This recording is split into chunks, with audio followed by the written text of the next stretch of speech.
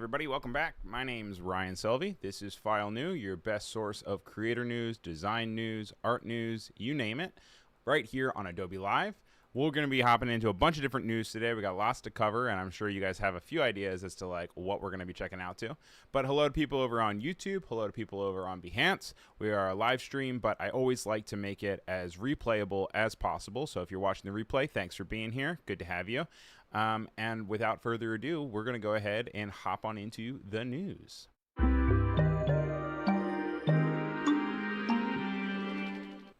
So like I said, we have a lot of news to hop into for today. The first one will be us actually hopping into some Adobe news. The Adobe news that we have is going to be focusing on the smarter, faster, trusted tools that you have grown to know and love. I gotta make sure that I have my screen going on here, but here we go. Boom. So the first thing I want to talk about is NVIDIA and NVIDIA GeForce RTX 50 series graphics cards unlock 422 color acceleration and AI features in Premiere Pro. This was posted on the Adobe blog, and if you're wondering what 422 color acceleration is, don't worry, I've got you. Also, all of these questions, all of these links are available on the round. Wow, I cannot talk. Let's try that again, guys. You wanted to start again? Let's just try again. So we've got NVIDIA GeForce RTX 50 series graphics card available to all Premiere users, and this is going to unlock 422 color acceleration and AI features in Premiere Pro. And if you're wondering what 422 color is, there is a good write-up on the Adobe blog.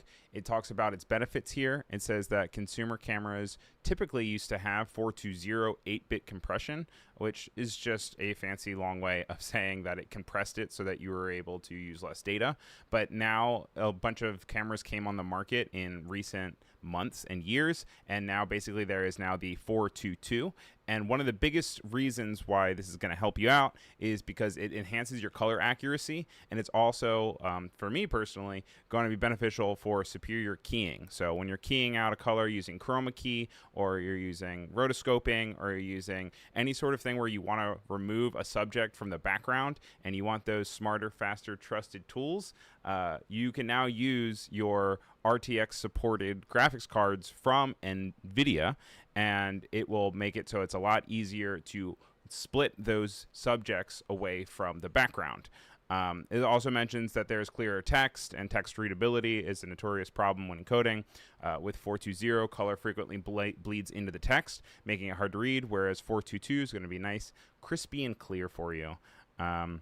And also, on top of just having benefits to 422 color, there is also increased processing power with AI. As you guys know, there's a lot of really cool AI accelerated video editing tools coming to Premiere, and this is really going to help with speeding up your workflow, speeding up your process, and making it so you don't have to wait around. You can just hop right into it. And if you paid all that money to get a GeForce RTX 5090 in your big computer, then this is definitely going to help you out, and it's going to make things go a lot quicker so you can get those edits over to your clients. I'm interested to hear if any of you have an RTX 5090. I personally, in my computer that I built, have a 4090, which is one that came out about like 2-3 years ago. I don't need to upgrade it quite yet, but it is nice to know that the team is working on support for these things so that once I do make an upgrade, I am then able to take full power from my system, and I'm able to then make things work really well. It also apparently is saying here that it's going to be working on acceleration for enhancing your speech. So even if you're not working on visuals like the green screen keying or some sort of rotoscope, when you're using the enhanced speech feature, which is really, really strong in Premiere Pro, and you want to make things sound nice and crisp and fancy, even with just a regular run-of-the-mill microphone, it's going to use that processing power to enhance speech with the enhanced speech button, which I think we've gone over on the show before. But you can read all about it. You can hop on into why it's beneficial, where you could get one. It's a trusted partner with Adobe, so it's on the Adobe blog, which is just blog.adobe.com. All of the links for today and other previous episodes are available on the Raindrop. Raindrop is a link gathering folder that we use for every single episode. If you're looking for the links from this episode or previous episodes, just check out the description. It should be right there. Also, thank you to Voodoo Val for being in the chat as a moderator on both YouTube and Behance, putting those links from the show into the chat for you.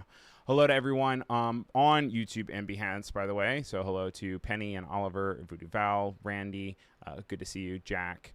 Also to Penny, Clever, Vandal, Bree, Robert. Thank you guys for being here, and it's good to have you. We've got lots of news, like I said, so let's hop into our next story.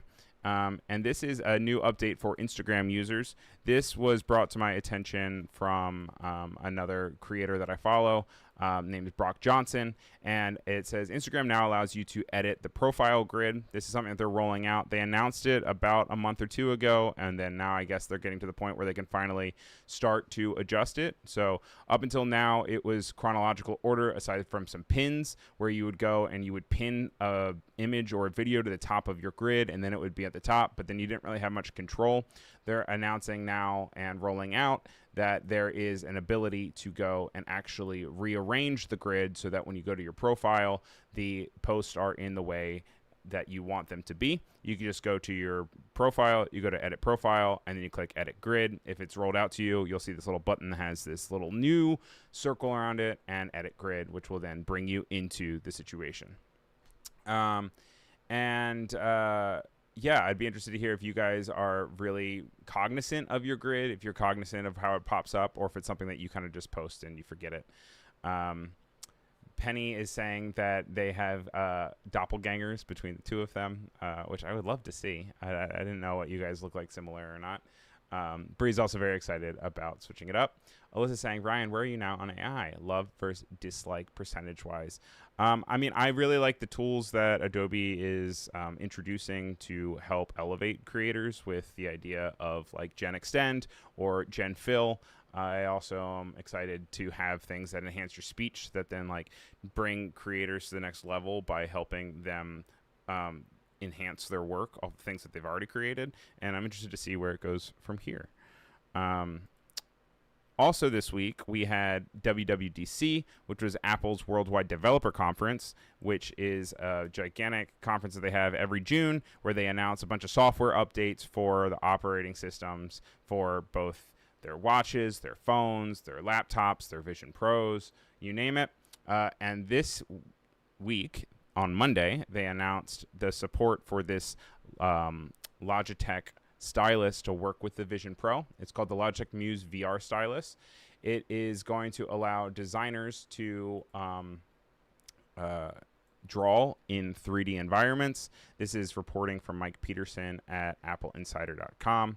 And they didn't go into too much detail about this. I think it's already available on the Meta Quest, I believe. But the idea is you would put on the Vision Pro, which is the AR device that they have, and you would go and you would just be able to draw things out, measure things, sketch in real time. Another really cool thing that they announced very briefly, but didn't really go into many details about, was there is a Premiere Pro powered Vision Pro app coming, because there was a focus on spatial video. Spatial video is the type of video that has immersive feeling to it. So it's when you are watching a video and it has depth, so that you can kind of be immersed into the depth perception of the idea of it not just being 2D, but 3D in your Vision Pro. And there is a upcoming Premiere Pro powered editor that would then allow you to incorporate some text on top of this spatial video. Like I said, there wasn't very much added to it outside of that, except for the fact that Adobe is working on that and plan to roll that out in the coming future. Overall, though, WWDC was very focused on Liquid Design, which is Liquid Glass. It is their new rebrand of their UI across all of their systems. It is the biggest update since iOS 7. Also, another thing that they did was they announced a new naming system for all of their operating systems. So now you're going to go from like Vision OS 2 to Vision OS 26. So now everything's going to be named after the upcoming year as if it was a car model. And now everything has this glassy look that has liquid glass, which is all about refracting glass, all about see-through transparency and depth. We'll be talking about this a little bit in our rebrand section, but I have a lot of thoughts on it. A lot of people online have lots of thoughts about it. They are very open to voicing their opinions, and we're going to hop into it, and we're going to see what you guys think about it. But the biggest, by far, exciting news, I think, from WWDC outside of this rebrand would be this Premiere video editor for spatial video and this Logitech pen for Vision Pro. Once again, I don't have Vision Pro. If anyone wants to donate a $3,500 device to me, I will use it on File New just for you. Other things that are going on this week is NextFest. I know this isn't too Adobe aligned designer centric, but it is something that I get a lot of inspiration from and a lot of creative ideas from, and it is a celebration of upcoming games. And NextFest is on Steam, which is a video game marketplace, but they're all these free demos that are available from June 9th to June 16th. Some of them have like release dates of weeks away, others are just to be announced, and they are all different levels of completion. There are some people who are just putting something together, putting out play testing to see how things work, how things don't work, and get feedback from the audience. And then other ones are just to get people excited about the game.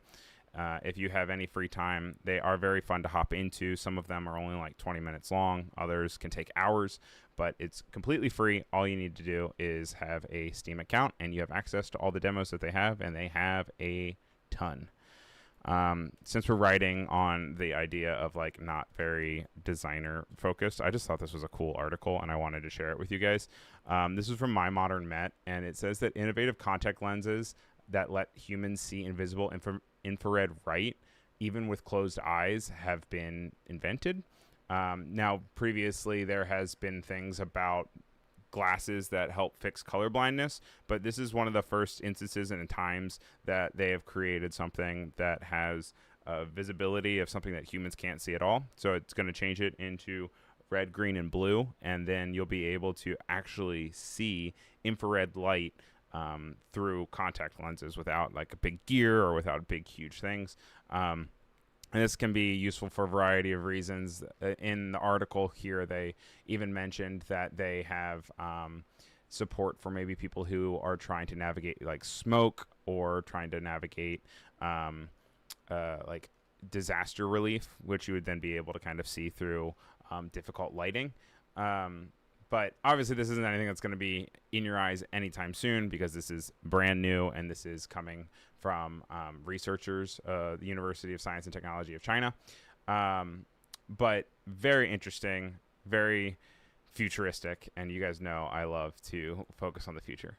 So what can I say?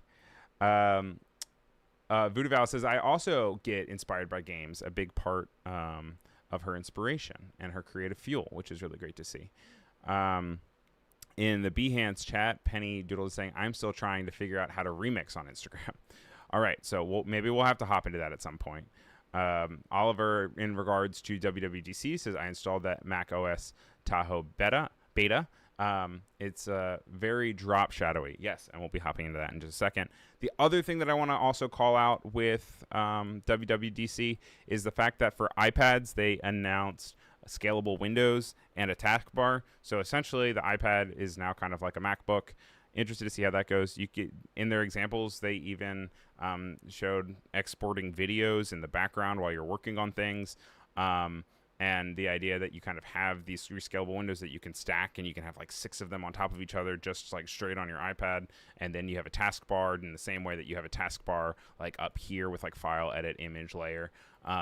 And so it'll be interesting. There's still 2 separate operating systems. Like Oliver was saying, Mac OS has its own OS, and then this is still iOS, which is its own iPad OS situation that also runs on your phone. But interesting to see kind of like that relationship and that form factor continue to evolve? Because at what point is there the big difference between the laptop and your tablet? I'm not sure. Hopping back to Threads and Instagram universe, the Threads account over on Threads said you can edit up to 15 minutes after you've posted. Thankfully, Butterfingers right here. And this is just going out for everybody who is posting on Threads still. I still find myself finding myself in the app every now and then as I kind of slink in there from Instagram. But this allows you to go, and after you post something, you can edit the content of it for 15 minutes. I do personally like the fact that there is a limit on it. That way people aren't going back and changing things hours after, and then, you have liked it or something. But I am interested to see how much people end up editing posts after they post it, and then also if there's an indicator of editing. I feel like a lot of times there are. I don't know. What do you guys think? A lot of people are on social media. There is an article on The Guardian, social media creators to overtake traditional media in ad revenue this year. This is from Michael Savage, the media editor at The Guardian. It says, user-generated material to surpass advertising income from professional media amid changes in viewing habits. This is surprising, but also not surprising at all to anyone who has a phone. Basically, the creator ecosystem has only continued to skyrocket, and there are more and more media buys, more and more sponsorships, more and more, any sort of partnership that has social media creators shilling different things to you. I have fallen victim to buying plenty of things that creators are also selling. But it says in the article that YouTube, TikTok, and Instagram will attract more advertising income this year than content from traditional media companies, according to research. It says that user-generated material, videos, podcasts, and posts put together by individual creators will eclipse the ad revenue. It comes alongside a sharp increase in the advertising income attracted by creator-generated content amid a global change in viewing habits. Content creators are expected to see their revenue through ads, brand deals, and sponsorships increase by 20% this year. According to an estimate by WPP Media, it is expected to more than double to $376.6 billion by 2030. This is important for people who are both buying the space and selling the space. As a creator, it's important to know your options, and it's also important to know what everybody else is getting into. But yeah, get that coin. This dog. YouTube updates. YouTube has loosened its content moderation policies, according to Emma Roth at The Verge. It says the platform now lets video stay online if freedom of expression value may outweigh harm risk, according to the New York Times. So this is according to. But I saw this article over on The Verge. For the longest time, YouTube has had very strict moderation policies where there's like tick the certain boxes. If it ticks any of them, you get pulled. That could be from copyright, intellectual property, or even in this way, freedom of speech. This is interesting to see that it has adjusted now, and it is now relaxing its moderation policies. In what they say is the public interest. It says, in training material viewed by the Times, YouTube says reviewers should now leave up videos in the public interest, which includes discussions of elections, ideologies, movements, race, gender, sexuality, abortion, immigration, censorship, if more than half of their content breaks its rules, up from 1/4. The platform said in the material that the move expands on a change made before the 2024 U.S. election, which allows content from political candidates to stay up even if they violate its community guidelines under its exception for educational, documentary, scientific, and artistic content. Make sure you go over to Verge and read the full article, because I just read a good portion of it verbatim. But it's interesting to see the constant ebb and flow of kind of these walled gardens where there's a lot of moderation to kind of these open gardens where there is less rules and kind of just like the idea of open conversation. So I'd be interested if you guys notice any change in your feeds as you are perusing YouTube, if you feel like you're seeing more content that before you would have felt was moderated, or if your content's not being taken down as much. I'd be interested to see how the creators respond to this more lax approach to moderation. And the last piece of news before we go on to our next segment is some Wacom news. Wacom, as you guys know, are the creators of very popular tablets. They have new Cintiq tablets that have a skinnier look with stronger displays. I, for one, use a Cintiq from like 2012, so I've had this thing for like 13 years, and it's a Cintiq Pro. They tend to be over like $1,000, but they actually introduced a $699 16-inch model and a $1,299 24-inch model, and that's a little bit bigger than its predecessor that had only 22 inches. But they also are including the $1,500 Cintiq 24 Touch.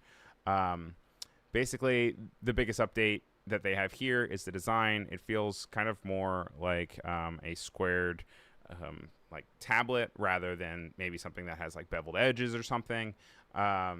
It's, I don't know, following current design trends. They are actually thinner than they used to be, and they have a 16:10 aspect ratio, and the larger models still have 16:9. The resolution is now up to 2K, and the sRGB coverage has increased from 96% to 100%. There is only 12 milliseconds of response time rather than the previous 25 milliseconds, and it comes in with built-in legs for positioning. This also was pulled from an article that I found out through The Verge, which is Jess Weatherbed's article. There are a lot more specs and links to being able to actually get access to the pieces themselves. So make sure you guys go check that out. It's available on the Raindrop. Rick is in the chat saying, I'm supposed to be receiving a couple of the new Wacom tablets to demo at B&H Build Expo next week. Is anyone here attending? Ooh, B&H Build Expo. I love going to B&H. Ryan Selvy does, not Adobe. And also, Nikki is over on YouTube saying, I'm today years old, finding out how to say Wacom. You know what? Don't go by what I am saying. I, for years, have looked it up 100 times, and I still don't know how to say Wacom. Maybe it's Wacom. I think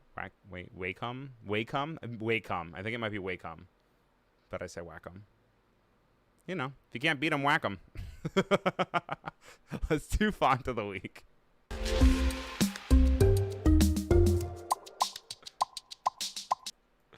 Font of the Week is the weekly segment that we have where we highlight 3 different typefaces that are available on Adobe Fonts, and we put it up to the audience to decide who thinks the best font is the winner. And that was horrible grammar, but you know what, guys? I'm just jumping over my words today. We have 3 different options today. We have Miss Squalero, which is by Monotype.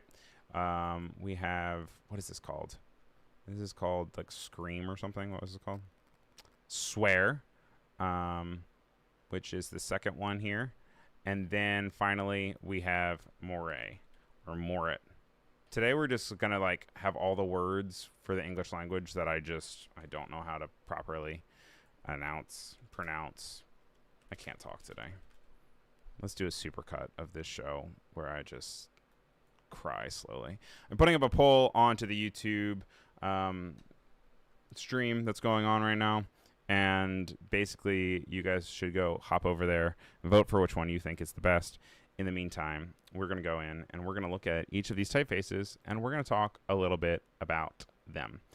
The first one is very obviously a serif font, but it's got a lot of these cute little kicks. It's got little swervies on the side, so it's not traditional in the fact that it's like just going down and the terminals are kind of just poking out. They really blob and flow into them, which is why I was drawn to it.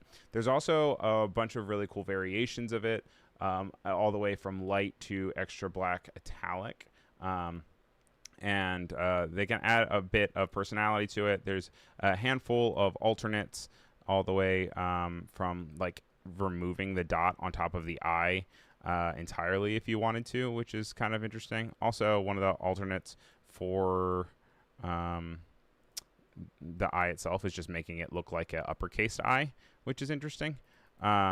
And then what we always like to do here is we also like to look at the glyphs that are available for the typeface. This one in particular has these cool, and we like to put them in the in-between of the file new. If you don't have access to this panel, by the way, what you can always do is you go to Window, Glyphs, and then you can easily access all of your glyphs that you have inside of a given typeface that you can then scale at free will, and they will actually reflect the different changes that you also make to the typeface itself. It looks like they also have, what is this, a club, a spade? I don't play poker. I kind of like that, right? Or maybe we should do a little finger. File to new. That's fun. This is available, obviously, on Adobe Fonts, as you guys always know. This is coming from Monotype, which has a huge catalog. There's also this crazy version as well. If you go into Mesquelo, it's under a different typeface when you end up actually adding to it, but there's also this groove one, which is kind of fun. I would obviously use this one sparingly, of course, but it'd be a display face.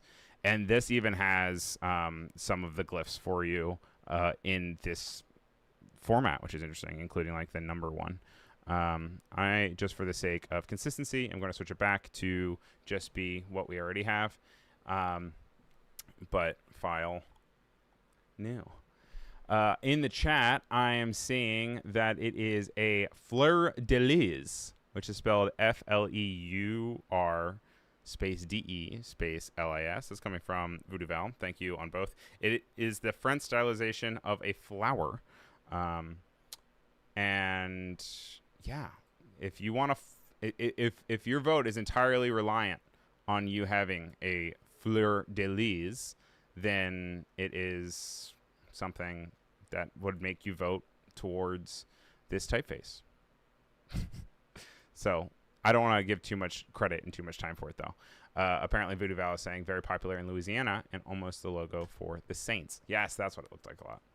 Next up, we have Swear, and Swear is coming us from Onotype, which Onotype is someone that we tend to feature a lot because I like all other typefaces. This is coming from James Edmondson, and it is another typeface with a bit of a serif to it, but curly, wispy lower cases and big accents like here on the W.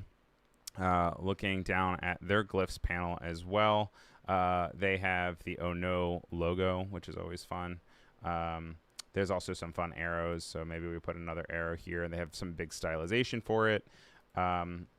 This one you can use as a display or a body copy, because under their bold one, you can also just go down to regular, and it looks way more tame, I guess. So like, I'll show you guys what it looks like when we go like this. It would obviously be a body copy that would need to be relatively bigger, but they've got a bunch of really cool ways to manipulate the type and have fun, and lean into this swirly, spooky type, I guess. And then our last typeface that we have is Morit, and this is from the Northern Block. This is a variable typeface, which, as you guys know, is the meaning when you can have direct control over, like, obviously just italics and on and off, but with the weight, it's anywhere from 300 to 800.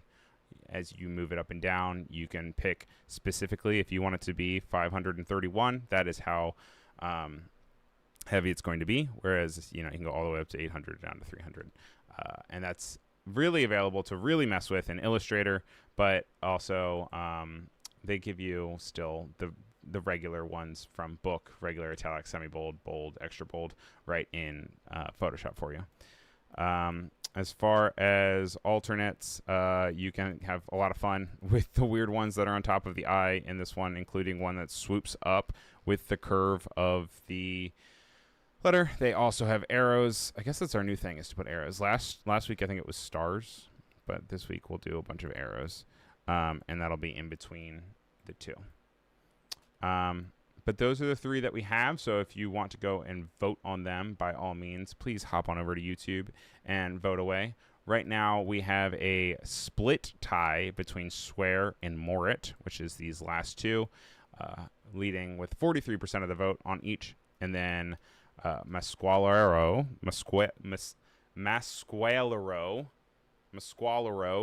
has 14%. But we're going to leave it open for a little bit as we hop into other stuff, because I want to make sure that the right winner wins and that we get lots of votes and that everyone says, wow, look at this great pool of people that we were able to question about what they thought was the font of the week. And I am confident that this is the font of the week. Voodoo says, all of these fonts are in the raindrop. Thank you very much. And Penny is saying that they weren't stars, they were sparkles. You know, for some of them they were sparkles. For some of them they were, you know, whatever. All right. But let's go and hop into our next segment while we wait for people to vote. And it's going to be resources.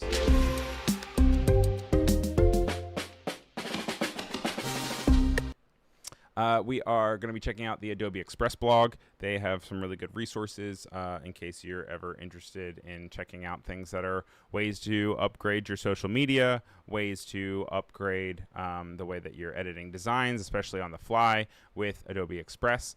And they released an article that is the best times to post Reels on Instagram. This is coming from the Adobe Express team. You can check out the whole article on adobe.com/express blog. And the key takeaways are that noon is the most popular time to post Instagram Reels, with nearly 1 in 10 uploaded in that hour. Nearly 1 in 5 Reels are posted on Fridays, making it the most popular day for content drops. Reels posted on Saturdays earn the highest average number of likes, as do those posted at midnight. Reels posted on Tuesday have the average number of views, as do those posted at noon. And Reels shared during the top 3 posting hours received 15% more likes, 19% more views, and 51% more comments than those posted during off-peak times. So, a lot of information for you. I feel like that pretty much tells you to post either on Tuesday, Friday, or Saturday, depending on what your key performance indicator is at the end. And if you're driving for likes, if you're driving for views, and if you're looking to be alongside a bunch of other people who are posting at the same time, or if you want to hop onto something else. But they also go in and they do a bunch of really cool graphs with posting frequency, likes performance, views performance. They have everything for you. So make sure you go and you check that out to see if you want to enhance your posting strategy. It's just right on the Adobe Express blog. Quite a good resource, lots to go through, and I'm going to leave it up to you guys in case you want to check it out. Number 2 is from TechCrunch. This is coming from Sarah Perez. This is a service that helps you jump between Blue Sky and Mastodon. Blue Sky and Mastodon are, do I say rivals or do I just say competing? I don't know. They're two image and text-based platforms that are both approaching the open web in different ways.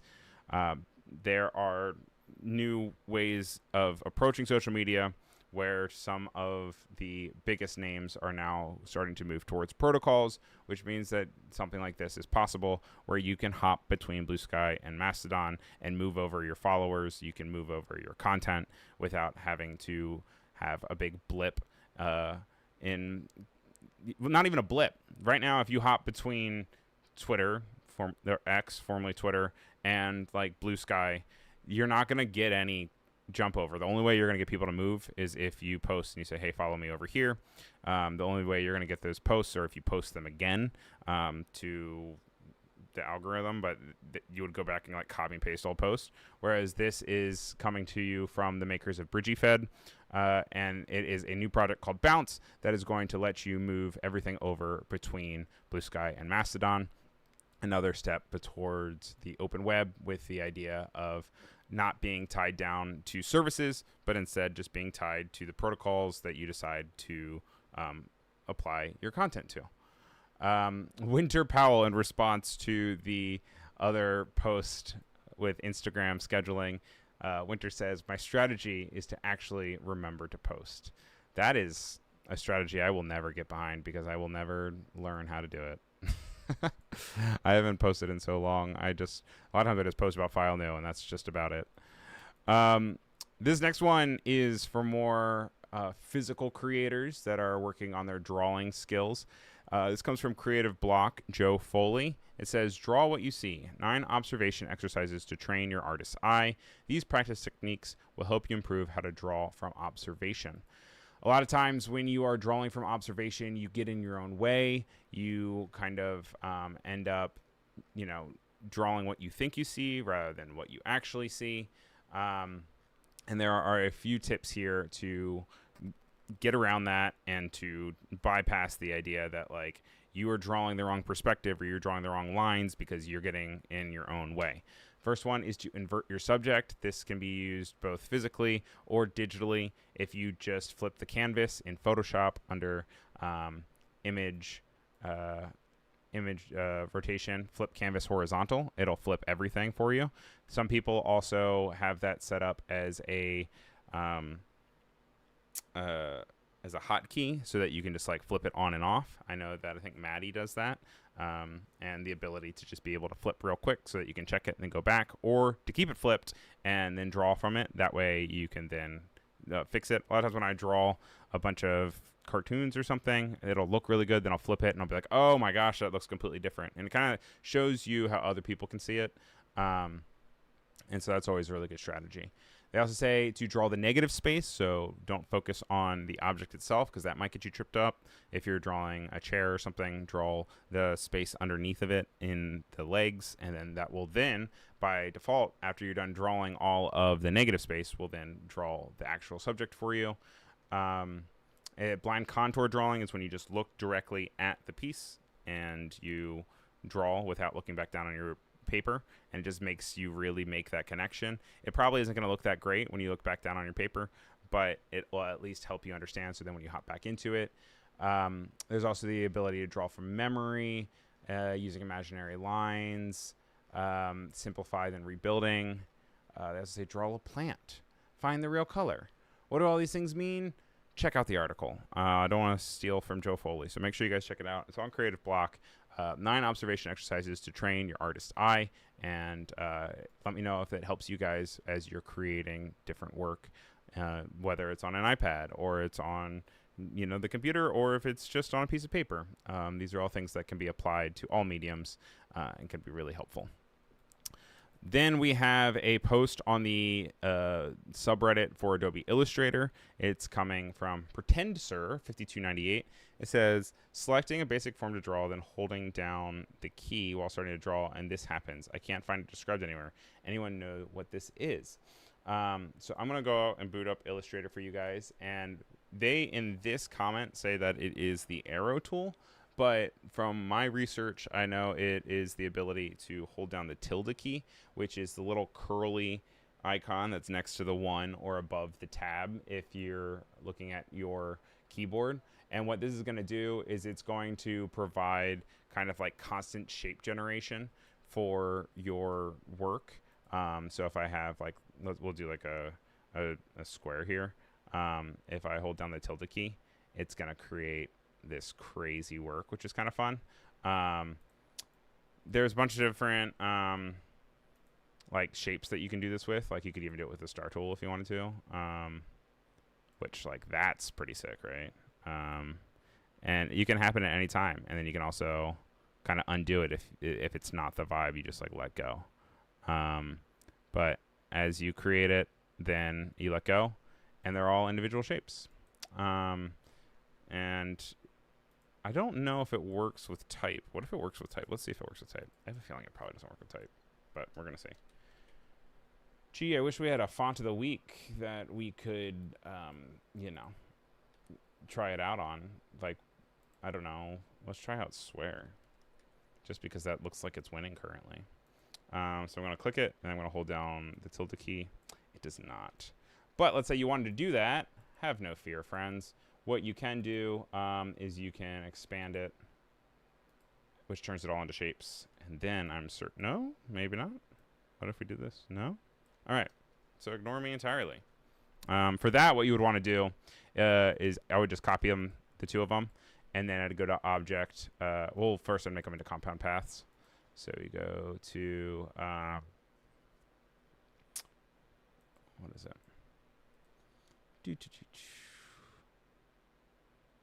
It's just funny. It's like one of those things that you then do compound path make. I know it's there. Compound path make or Control 8, right? Then you would take these two compound paths and go to Object, Blend, Make, and then you can go to Object, Blend, Blend Options. You could do number of steps, and we could say like 50. And then we press Control Y.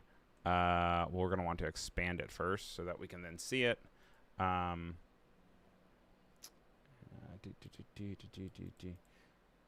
Object, expand. Okay. And look, what do you know?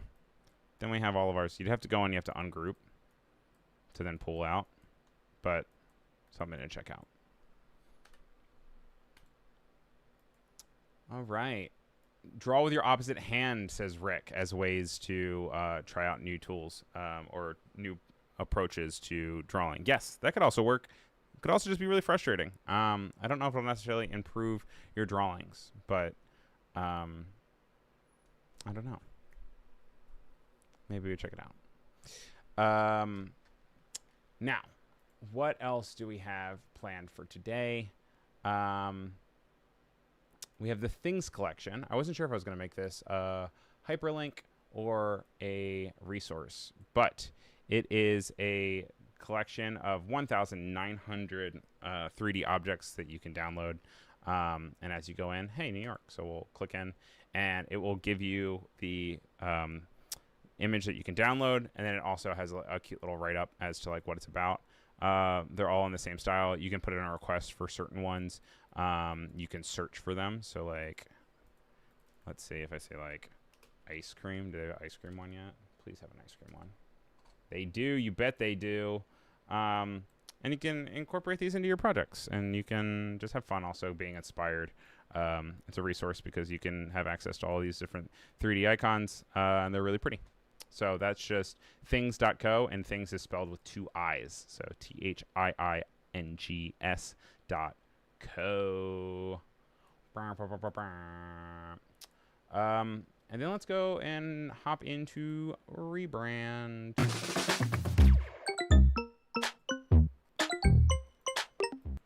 I promised I'd talk about it. We don't have too much time left, so let's just kind of go over it briefly. Apple's liquid glass is very controversial because it is a new approach to all of the OS that have this refracted light, see-through experience. In the Fast Company article that is linked here, they kind of go through the pros and cons of it. The rebranding of it is supposed to be something that still feels familiar and not completely change everything, but also feels like a refresh. What they've done is they've gotten rid of a lot of the cutoffs of the bottom of the screen. So before, you would probably have home, new, radio, library, and the search icon would be like a bar across and would cut off from not being able to see below at all. Now you get this new real estate here that has things that are spaces for your photos or your content or your videos to shine through and still be able to see it. So it's this idea of layering, and not only with the UI layering on top, it's also introducing a new way of creating icons where the icons can have several layers to them. So like if it was the Photoshop icon, it would have the background, and then like the PS would be on top of it. It is really cool when it is in motion because the light refracts around it in the same way that you would see something really refract light underneath glass. But my friend sent this to me, and I don't know where they got it from. I don't know if it's their phone or not. But it was this new way of like showing the design on top where some accessibility issues are getting in the way, and that's what a lot of people are also complaining about, is the fact that it feels like it might be harder to read and harder to see, and it might feel clunky. There are ways to turn it off and then make it more accessible by turning off some of the transparency, adding more contrast, but by default it's going to look something like this. Now mind you, this is a beta, so there are new ways that they could maybe approach this by the time they're done. But even if you're like looking at ways that they have it kind of interest here, you know, there's some real struggle legibility with those white letters. That said, really cool to have so much more real estate on your phone. Of course, you're like, that's not that much more real estate, but when you're dealing with, you know, a few inches, that's a big portion of the actual thing. While they were demonstrating it, they were actually taking real glass and they were putting it on top of things to kind of show how it also shows up. But check it out and let me know what you guys think about it, if you're into it, if you're against it. And I guess just in chat, without having to put up a new poll, put a 1 in chat, the number 1 in chat if you like it, a number 2 in chat if you aren't sure, and number 3 if you don't like it. So in chat, real quick. Number 1 if you like it, number 2 if you're not sure, number 3 if you don't like it at all. Liquid glass. Check it out. Let me know. There's also ability, I think I had it, where it's cool that it refracts the light as things move around. This is posted by Phil Amore. And you can kind of see it back and forth. Seeing lots of 2s in the chat. I've got Voodoo Val with a 2, Alyssa with a 2, Nikki with a 2, Clever with a 2, Penny with a 2, Barbara with a 2. Okay. So, Nikki's saying accessibility is really tripping me up. Winter is also saying 2. I haven't seen a single 1 or a 3, so no one has figured it out yet. Umacorn saying I haven't watched the keynote yet. Definitely worth checking out, even if you just watch one of the recapped ones, just because, you know, it keeps things nice when you can have a full perspective of it on your own. What do we got here? Zoom in on out. Oh, that was the things that we already looked at. In another rebrand, we have the Design for Better. And this is coming from the VSA team, which is, I guess, like a studio of sorts, rebranding conglomerate. I don't know. On their website, they never really brand themselves in that way. They just kind of give more information. But if you go to designforbetter.co, they have unpaid, like they have not been paid to do these rebrands, have done different case studies of ways that they would rebrand existing logos. One being this Dick's Sporting Good, where they kind of like turned it into a basketball hoop, which is really cool. And they just increase on legibility, consistency. They also did things like NASA, which is bold to do because NASA is so iconic. I don't know if I agree with this one, because the NASA logo is the NASA logo. But I really did like the Delta Airlines. It makes it feel more approachable. Although it also kind of looks a little bit like a circus tent. And so these aren't paid for, these aren't official, but they are fun exercises and ways to reapproach different brands. And it's always really cool just to see other people taking on. NVIDIA, I think, would benefit a lot from a rebrand just because their logo really isn't pretty, and something like this is actually quite pretty. Although the eye is a little bit difficult for privacy settings and AI. But something to check out. They're constantly adding new ones. Since I linked it, they've actually added more ones, which is interesting. But yeah. Yeah. Only a few minutes left. Another creative block article. The goal is emotional resonance, emotional resonance. How to create a standout brand in 2025. This is by Natalie Fear. And they had an interview with JKR's executive creative directors to discuss how to build an iconic identity. This is just some reading to add to your reading list. It's a really good breakdown of ways that you can approach rebrands, or just branding initially, through some creative approaches and how they do it. And so make sure you add that to your reading list. As far as another rebrand goes, the Orlando Magic rebranded, and the Fast Company folks, Hunter Schwartz, wrote about how nostalgia really sells, especially in sports, that they have a history of kind of messing around with nostalgia, but it is something that is very uniquely specific to this retro vintage look that just continues to really intrigue and excite fans. Oh, the Orlando Magic actually had this rebrand made back in 2023, and they only decided to recently let it reach public eye just because, they felt like it was the right time. They have on the article a nice breakdown of it over the years, and you can see that they went from the 1989 logo to the 2001 logo to 2011, and then now they have this one, and it seems like this one is going back farther to the 2001 more so than something that is focused on more recently, like the Magic with the swoop. And it's just always interesting to see the trend. I mean, nostalgia is very popular everywhere, but specifically with sports, it seems to be something that is very reliable, especially with the old jerseys and stuff. It's cool. Voodoo says, I used to have a Orlando Magic's uniform when I was a kid. I was obsessed with it. This nostalgia hit me hard. Yes. And that is the exact point. So it's important to know your audience. It's important to know your industry and to look around and see what people are really resonating with, because a lot of people have very strong relationships with sports and memories and their own interaction with sports or their own interactions with previous games. And so it's important to check it out and know what do you want. Also, I need to stop saying check it out. I want everyone to just slap me every time I say check it out. So let's just look at just a few more articles before we're done. Apple Design Awards happened. This is a highlight. This is more of a spotlight, so let's hop into Spotlight real quick.